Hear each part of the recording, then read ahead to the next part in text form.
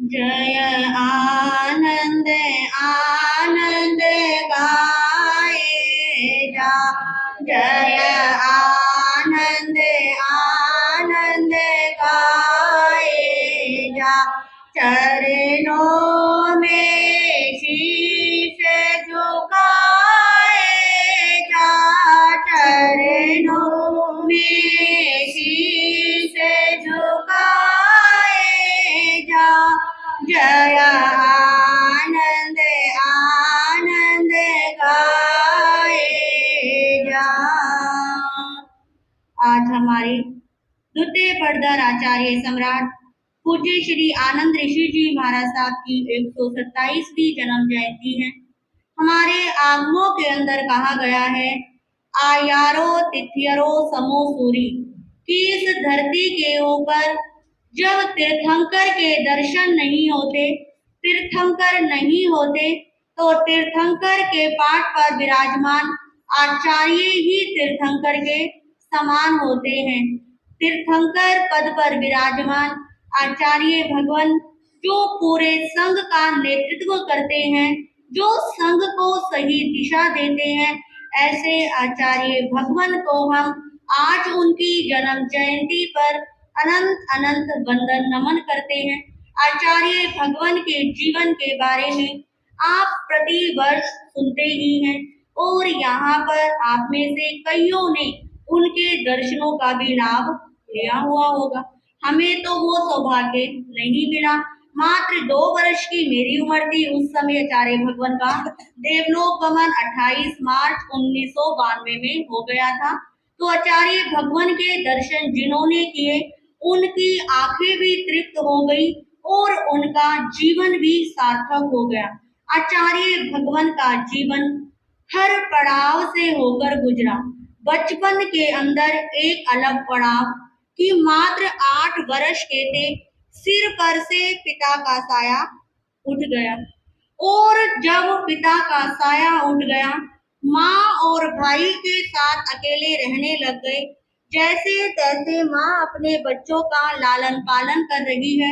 एक समय आया कि माँ ने कहा कि बेटा, तुम्हारी मौसी के घर पर हिवड़ा चलते हैं, और वहां पर महासाध्वी श्री राम कुंवर जी महाराज भी हैं, उनके भी दर्शन कर लेंगे और प्रवचन सुन लेंगे। वहां पर रहने लगे, दर्शन करे और दिन में जाते धार्मिक शिक्षा ग्रहण करते। और जब वापस आने का समय हुआ तो गुरनी जी महाराज से क्या सुना? मंगल पाठ। और वो पुराना जमाना, कोई ज्यादा व्हीकल वाहन नहीं होते थे, तांगे की सवारी होती थी, और तांगे पर माँ और बेटा बैठकर आ रहे हैं। रास्ता भी क्या होता था? उबड़ खाबड़ होता था। ऐसा एक झटका लगा कि तांगे का पहिया निकल के भाग गया, और वो हमारे छोटे से गोटी राम भी एकदम से नीचे आकर गिरे, और तांगे का पहिया उनके ऊपर से निकल गया।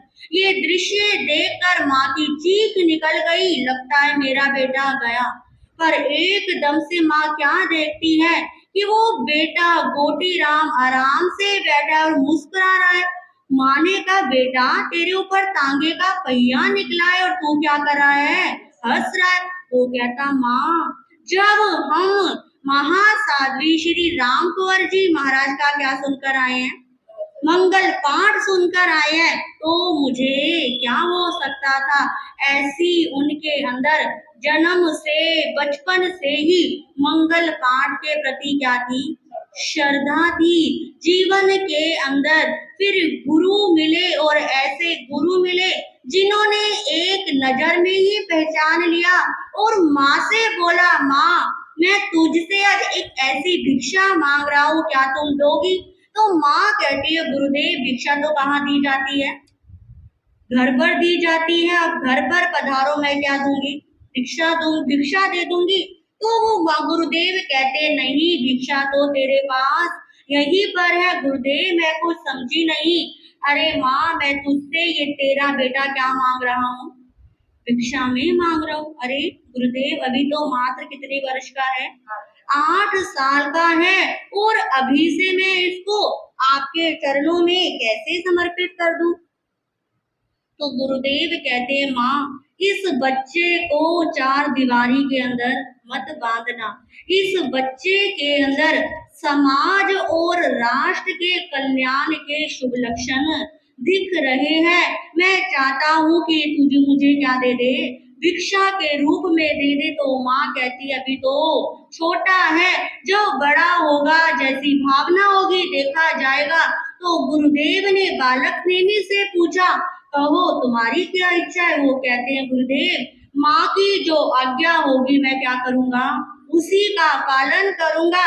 और वो समय समय पर गुरुदेव के सानिध्य में जाते रहते, धर्म शिक्षा सीखते रहते। और एक दिन माँ से कहते हैं, माँ अब मेरा मन करता है तू मुझे गुरु चरणों में क्या दे दे, समर्पित कर दे। और माँ ने गुरु चरणों में समर्पित कर दिया और उनकी मीरी के अंदर दीक्षा भी रख दी गई और उनका नाम नेमी था और गुरु ने उनका नाम रखा आनंद। क्योंकि एक ऐसे होनहार योग्य शिष्य को पाकर गुरु को एक विशेष आनंद की अनुभूति हुई थी, इसलिए उनका नाम क्या रखा गया था, आनंद रखा गया था। एक आनंद ऐसा जिसका कोई ऑपोजिट शब्द नहीं होता, जिसका कोई उल्टा शब्द नहीं होता।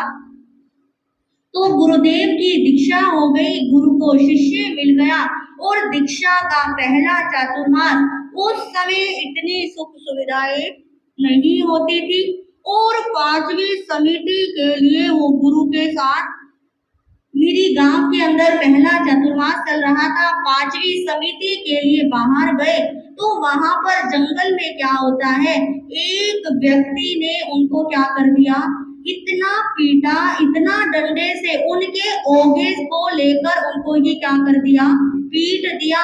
और उनकी पीठ के ऊपर इतने नील के क्या पड़ गए, मार खाने से निशान पड़ गए। और जब वापस स्थानक में आए गुरु को कुछ नहीं बताया। जब गोचरी करने के लिए बैठे तो रतन गुरु ने देखा कि ये क्या, ये चद्दर पे खून के निशान कैसे लग रहे हैं। तो गुरुदेव तब भी कुछ नहीं बोले और गुरु ने स्वयं उठकर उस नव दीक्षित मुनि की चद्दर को उठाया और देखा कि पीठ तो पूरी नील से भरी हुई थी। तो गुरु ने पूछा ये क्या हुआ, तो सिर्फ कहा कोई बात नहीं, कोई अशुभ कर्म का उदय था, वो बदला लेने आया था।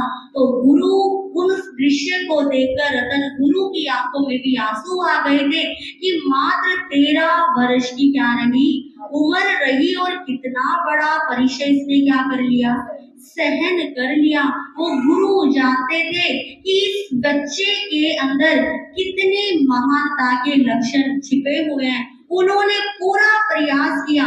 उस समय पढ़ाई इतनी सुलभ नहीं थी और जैन संतों को तो कोई पढ़ाता ही नहीं था, पर रतन गुरु की कोशिश रहती थी कोई भी विद्वान मिले और मैं अपने शिष्य को क्या करूं, पढ़ाऊं। और वो इतने इंटेलिजेंट थे, गुरु बुलाते और 1-2 महीने के अंदर ही सारा क्या कर जाते, सीख जाते। और वो विद्वान कहता आपका शिष्य तो क्या है, इतना होनहार है। उन्होंने अपने जीवन के अंदर 1-2 भाषा का नहीं, 7 भाषाओं का उनको क्या था, ज्ञान था। जीवन की 78 वर्ष की उम्र में भी उन्होंने उर्दू भाषा को क्या करा था, सुना था। उनके स्पर्श से कितने व्यक्तियों का कल्याण हुआ। जिसकी आंखें नहीं थी, गुरु चरणों में वो आंखें रखी सवाई माधोपुर के श्रावक ने और आंखों की क्या आ गई, रोशनी आ गई। जिसकी गर्दन में पट्टा लगा हुआ था जो हट नहीं सकता था, गुरुदेव की कृपा का हाथ लगा और वो पट्टा हमेशा के लिए हट गया। विष का सांप काटने से जो विष चढ़ जाता है, गुरुदेव का मंगल पाठ सुना और वो विष भी क्या हो गया, उतर गया। हमारे आचार्य भगवान कोई आम या साधारण महापुरुष नहीं थे। संसार के जितने भी बड़े पद होते हैं वो बड़े पद उनके पास थे। वो प्रधानमंत्री पद पर भी रहे, उपाध्याय पद पर भी रहे, उपाचार्य पद पर भी रहे और फिर जाकर उनको मिला आचार्य का पद जो हमारे प्रथम पढ़कर आचार्य सम्राट पूज्य श्री आत्माराम जी महाराज ने उन्हें क्या दिया। और वर्तमान में जो हमारे आचार्य भगवान आचार्य पद पर विराजमान है वो भी आचार्य आनंद ऋषि जी महाराज साहब का दिया हुआ ही क्या है, पद है। जब उन्होंने देखा सम्मेलन हुआ तो उन्होंने आचार्य देवेंद्र मुनि जी महाराज साहब को उपाचार्य बना दिया और हमारे भगवान को क्या बना दिया, आचार्य बना दिया। आज हमारे जो श्रमण संघ के युवाचार्य पद पर विराजमान है वहाँ युवाचार्य श्री महेंद्र ऋषि जी महाराज साहब वो भी हमारे आचार्य भगवान के ही क्या है, शिष्य हैं। तो इस प्रकार आचार्य भगवान उनके जीवन के बारे में जितना बोला जाए उतना क्या लगता है, कम लगता है। क्योंकि जब जीवनी को पढ़ते हैं तो रोंगटे खड़े हो जाते हैं कि उस महापुरुष ने कितना कितना क्या करा, सहन किया, कितनी एक ललक थी। और जब हम उनकी फोटो को देखते हैं, आप कभी भी उनका चित्र देखिए, हमेशा चित्र में गर्दन क्या है, हल्की सी झुकी हुई है, कोई ऐसे स्टेट नहीं बैठे, जो बताते हैं कि उनके जीवन के अंदर कितनी क्या थी, विनम्रता थी, कितनी सरलता थी, उनका जीवन अहंकार से रहित था। कहते हैं उनके पैरों के अंदर 14 शुभ लक्षण थे। कितने? 14 शुभ लक्षण। वो हर किसी को नहीं दिखाते थे, जिसको दिखाते थे उसको आइंबिल करवाते थे। कवि प्रधान जी ने बताया था कि आइंबिल उनका प्रिय क्या था, तप था। कुछ भी होता था वो आइंबिल करने की क्या देते थे, प्रेरणा देते थे।